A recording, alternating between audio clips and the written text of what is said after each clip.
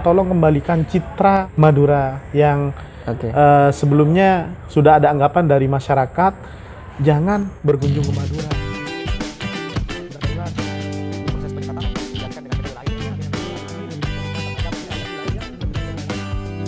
Kemarin saya mendapat selebaran aksi protes yang dilayangkan oleh Asosiasi Pariwisata Madura terhadap aksi penyekatan. Jadi Asprim mengambil sikap memprotes terhadap penyekatan yang dilakukan Satgas di wilayah Suramadu. Kalau kita melihat sepintas, yang terpapar COVID banyak itu di Madura.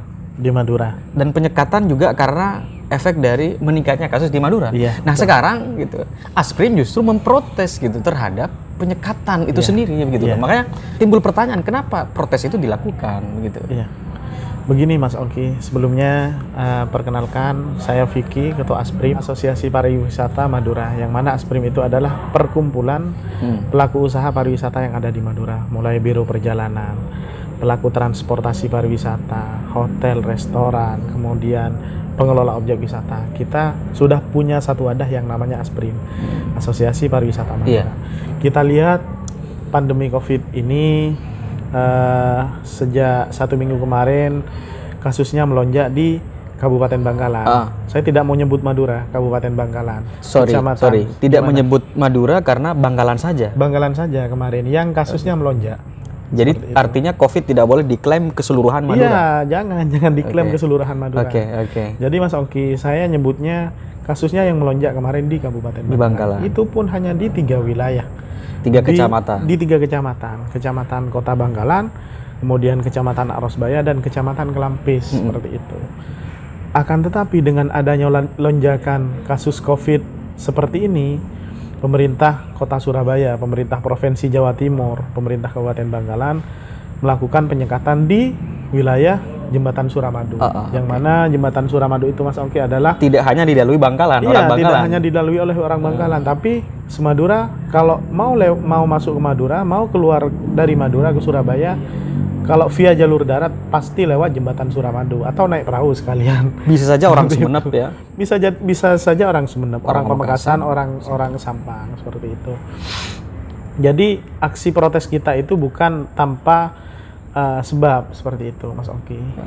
Kalau kita lihat kaedah PSBB sama kaedah PPKM Mikro, seharusnya kan belum ditentukan itu PSBB atau yang lainnya. Mungkin itu masih tataran PPKM Mikro, yang mana kalau PPKM Mikro kan harusnya wilayah yang terdampak saja yang harus menjadi fokus untuk penyekatan. Penyekatannya itu seharusnya di wilayah kecamatan. Di wilayah keluar masuknya orang di titik tiga kecamatan itu. Jangan sampai di Suramadu. Kalau di Suramadu kan orang-orang bacanya bukan hanya di Kabupaten Bangkalan, tapi se-Madura. Seakan-akan Mas Oki, orang Madura itu terjangkit COVID semuanya, seperti itu. Dan jadi, kita tahu Mas Oki, kalau di Bangkalan sekarang menjadi zona merah, Sampang zona oranye, Pamekasan sama Sumeneb itu kan zona kuning. Seperti itu.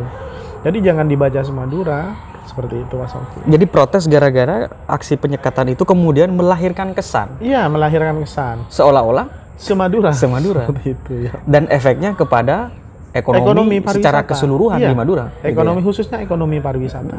Kita lihat Mas Oki, saya mendapatkan laporan dari koordinator Asprim wilayah Bangkalan kemarin bahwasanya usahanya teman-teman di sana sejak adanya penyekatan di Suramadu itu, usahanya teman-teman 90% turun drastis. Orang dari luar Madura mau berkunjung ke Madura itu adanya sebuah ketakutan. Gagal. Jangan berkunjung ke Madura. Kenapa? Karena di sana zona merah. Bukan yang dibaca jangan berkunjung Bangkalan, enggak. Jangan berkunjung ke Madura. Atau tidak membaca jangan berkunjung ke Arosbaya. Iya. Seharusnya kan jangan berkunjung ke Kelampis misalnya. Iya, karena di sana adalah zona merah seperti itu. Tapi yang dibaca semuanya jangan berkunjung ke Madura karena saat ini COVID sedang merajalela misalnya di Madura. Yang dibaca itu Madura. Dengan adanya penyekatan di Suramadu itu sendiri. Jadi artinya yang ingin disampaikan dari protes itu adalah Madura Mayoritas masih baik-baik saja. Begitu? Mayoritas baik-baik saja. Sampang baik-baik saja. Sampang baik-baik saja. Pamekasan baik-baik saja. Sumeneb juga baik-baik saja, Mas Oki. Oke, dan itulah kemudian latar belakang dari protes itu. Iya.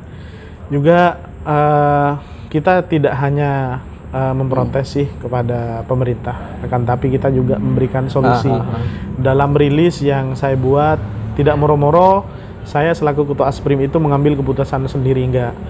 Dengan adanya dampak yang ditimbulkan, yang dirasakan oleh anggota saya, oleh teman-teman Asosiasi Pariwisata Madura, khususnya yang ada di Kabupaten Bangkalan, maka saya langsung mengambil langkah rapat internal dengan pengurus, seperti itu, dengan pengurus Asprim. Langkah yang akan kita buat, langkah yang akan kita lakukan. Makanya satu-satunya jalan kita mau protes seperti itu, lewat konferensi pers yang sudah kita keluarkan. Dampak fatal yang ditimbulkan oleh kebijakan penyekatan. Yang pertama, ekonomi di Madura itu terpukul, utamanya di bidang pariwisata. Lagi-lagi karena masyarakat ketakutan ya? Ketakutan yang mau masuk ke Madura. Jadi penurunan omset hingga 90%. Itu mengakibatkan banyak karyawan sekarang sudah dirumahkan. Usahanya teman-teman banyak sementara ditutup. Seperti itu. Itu usaha dampak, di sektor apa? Di salah satunya yang sangat menonjol di sana adalah sektor kuliner, seperti itu. Mas Oki kan tahu kalau masyarakat dari luar Madura ingin berkunjung ke Madura, minimal waktu yang paling dengan waktu yang paling pendek mereka kan berkunjung Bangkalan untuk menikmati kuliner yang ada di Kabupaten Bangkalan. Dan dirumahkan gara-gara itu. Dan dirumahkan gara-gara terdampak itu. Kemudian yang kedua, dampak fatal dari kebijakan ini adalah sebuah ketakutan yang beredar luas. Ada kata-kata, kalau katanya teman-teman itu, jangan berkunjung ke Madura. Sekarang gitu ya? Iya. Yang ada di pikiran orang pada masa-masa ini, jangan berkunjung ke Madura. Dikarenakan Madura sudah begini. Itu yang kami harapkan nanti dari pemerintah Provinsi Jawa Timur, dari pemerintah Kota Surabaya, dari pemerintah Kabupaten Bangkalan. Tolong kembalikan citra Madura yang sebelumnya sudah ada anggapan dari masyarakat jangan berkunjung ke Madura seperti itu. Dikarenakan Madura sudah darurat misalnya, seperti itu. Jadi proses penyekatan harus dialihkan dengan metode lain ya? Iya, dengan metode lain. Mungkin lebih difokuskan terhadap wilayah-wilayah yang benar-benar zona merah. Di kecamatan-kecamatan yang zona merah. Mulai dari jalur utamanya, jalur tikusnya, jalur kecilnya itu benar-benar harus dijaga. Masyarakatnya yang mau keluar benar-benar biar ndak menimbulkan masalah baru nantinya, Mas Oki. Kemudian yang ketiga adalah terjadi diskriminasi plat nomor dan KTP Madura. Nah, ini yang menarik. Jadi diskriminasi plat nomor dan KTP. Iya. Itu yang dirasakan oleh teman-teman. Ketika teman-teman dari Madura mau berkunjung ke Surabaya, kalau plat nomornya Madura mesti diberhentikan. Di swab antigen dulu. Kalau KTP-nya dari Madura mesti diberhentikan. Utamanya dari Kabupaten Bangkalan. Pasti diberhentikan dan di swab antigen. Kecuali Mas Oki, di beberapa jam tertentu. Kita kan tahu sendiri kan, petugasnya adalah juga manusia seperti kita ini kan. Betul. Juga ada rasa capeknya, ada rasa lelahnya seperti itu. Dan taktik-taktik masyarakat yang mau keluar kemarin itu sudah tercium oleh petugas. Jadi orang Madura itu kalau mau keluar Madura lewat jembatan Suramadu, berangkatnya jam 12 malam. Dikiranya tidak ada penyekatan. Dan tapi ternyata berlaku, berlaku Sabtu malam Minggu, Minggu malam Senin kemarin, polanya itu diubah. Jam 12 malam sampai jam 6 pagi, petugas akan di drop lebih banyak. Jadi penyekatan akan lebih diintensifkan di jam-jam itu. Dan ketika misalnya tidak ber-KTP Madura, plat nomornya tidak M, tapi berangkat dari Madura, kemungkinan besar tidak dicegat. Lolos. Walaupun juga ada yang dicegat. Iya, dikiranya bukan orang itu. Tapi yang menjadi menarik Mas Oki begini. Kenapa kita kok bilang ada diskriminasi? Karena sekarang bukan hanya di Bangkalan saja yang ada penyekatan. Di perbatasan Sampang juga ada. Di perbatasan Pamekasan juga ada. Di perbatasan Sumeneb juga ada. Saya mendengar info dari teman-teman saya itu, justru Mas, yang mau ke luar Madura, kalau ber-KTP Madura, berplat nomor Madura, nanti dijikat di Suramadu sisi Surabaya. Sebaliknya, orang yang ber-KTP luar Madura dan plat nomornya luar Madura akan dicegat di perbatasan Sampang, perbatasan Pamekasan, dan perbatasan Sumeneb. Seperti itu Mas Oki. Itu yang menjadi masalah buat kami seperti itu. Jadi seakan-akan Semadura yang kena virus COVID seperti itu. Betul. Jadi selain kita memprotes Mas Oki, kita juga memberikan saran kepada pemerintah. Tidak bisa dipungkiri pandemi ini adalah kalau hanya pemerintah saja yang berjalan sendiri untuk meminta masyarakat untuk sadar mematuhi prokes, itu tidak akan bisa seperti itu. Justru seperti halnya kami di Asprim, saya sebagai ketua Asprim sudah menghimbau kepada anggota Asprim yang tergabung di Asprim, pengelola objek wisata, pokoknya yang berkaitan dengan usaha pariwisata yang ada di Madura. Saya menghimbau kemarin, kalau usahanya teman-teman mau dibuka, tolong perketat prokesnya. Sediakan masker di sana, sediakan cuci tangan di sana. Tolong tempatnya juga jaga jaraknya, seperti itu. Alhamdulillah teman-teman sudah mulai Mas Ongki kemarin. Sejak Madura sudah mulai zona kuning kemarin, sudah mulai bangkit teman-teman. Sudah mulai merangkak. Dan sekarang dengan adanya kabar kalau di Madura itu menjadi sarang COVID, menjadi sarang varian COVID yang baru, maka orang-orang takut untuk berkunjung ke Madura. Otomatis dampaknya dirasakan oleh teman-teman pengusaha pariwisata yang ada di Madura. Seperti itu. Jadi saya ingin meluruskan ini Mas. Iya. Jadi Asprim memprotes penyekatan. Betul. Bukan berarti kan Asprim tidak percaya terhadap COVID. Oh kan? Iya, kita percaya Mas. Kita percaya banget Mas Ongki. Makanya saya juga mungkin izin dulu ya Mas Ongki, saya bacakan tuntutan dan saran-saran yang Asprim layangkan kepada pemerintah. Yang pertama, ekonomi di Madura ini sangat terpukul, utamanya di bidang pariwisata. Gara-gara tidak ada orang lagi yang mau ke Madura. Gara-gara ada penyekatan. Yang mereka takutkan itu katanya takut di swab. Kemudian yang kedua, adanya anggapan, adanya kata-kata jangan ke Madura karena saat ini di Madura sedang COVID sedang merajalela. Padahal saya luruskan lagi, padahal yang zona merah itu di Bangkalan, dan di Bangkalan itu tidak semua kecamatan, hanya di 4 kecamatan kalau tidak salah, Kecamatan Kota, Kecamatan Arosbaya, Kecamatan Kelampis, sama Kecamatan Geger, seperti itu. Kemudian yang ketiga, terjadi diskriminasi plat nomor dan KTP. Itu Mas Ongki. Makanya itu yang menjadi dampak dari kebijakan ini. Kita protes, kita lakukan protes, kita melakukan tuntutan. Akan tetapi kita tidak hanya melakukan tuntutan kepada pemerintah, kita juga memberi saran yang sekiranya membangun, yang sekiranya nanti kita bersama-sama dengan pemerintah untuk membasmi COVID itu sendiri. Yang pertama, tuntutan dan saran kami adalah lakukan tes antigen di sisi Madura. Jangan membuat seolah-olah Pemda Surabaya ini mewaspadai seluruh warga Madura. Jadi lakukan swab antigen di wilayah Madura saja. Kalau bisa lakukan swab antigen itu di perbatasan kecamatan-kecamatan yang zona merah itu. Mulai dari jalan utama, jalur tikus, jalur apa, pokoknya orang yang lalu lalang mau masuk atau keluar di swab aja, di swab antigen aja, tidak apa-apa. Kalau di 3 atau 4 wilayah yang zona merah di Kabupaten Bangkalan. Kemudian yang kedua, kami minta kepada pemerintah Provinsi Jawa Timur, pemerintah Kota Surabaya, libatkan tim kesehatan dari Madura, libatkan tokoh, baik itu tokoh masyarakat, tokoh ulama yang ada di Madura dalam hal ini untuk memberikan edukasi kepada masyarakat, pemahaman terhadap masyarakat bahwasanya COVID-19 ini sangat berbahaya. Apalagi dengan varian-varian barunya, tidak mau kalah Mas Ongki. COVID juga ada varian barunya, bukan hanya makanan saja yang ada varian barunya, tapi COVID ada varian barunya. Bahkan katanya lebih ganas. Yang ada di Madura itu kalau tidak salah katanya varian dari India. Varian dari mana? Saya sempat mikir, siapa yang ke India dari kemarin? Siapa yang datang ke India? Apa Sahrul Khan ya berkunjung ke Madura? Sampai saya tanya sama teman-teman kemarin, teman-teman, ada yang bawa Sahrul Khan nggak, teman-teman biro perjalanan yang ada di Madura? Mereka, enggak Mas, saya tidak bawa Sahrul Khan katanya. Nah terus dari mana varian India ini? Jangan-jangan dibawa oleh orang yang ada di wilayah lain terus dibawa ke Madura. Terus sekarang jadinya Madura yang seakan-akan di Madura varian India itu muncul di Madura sekarang, seperti itu. Oke.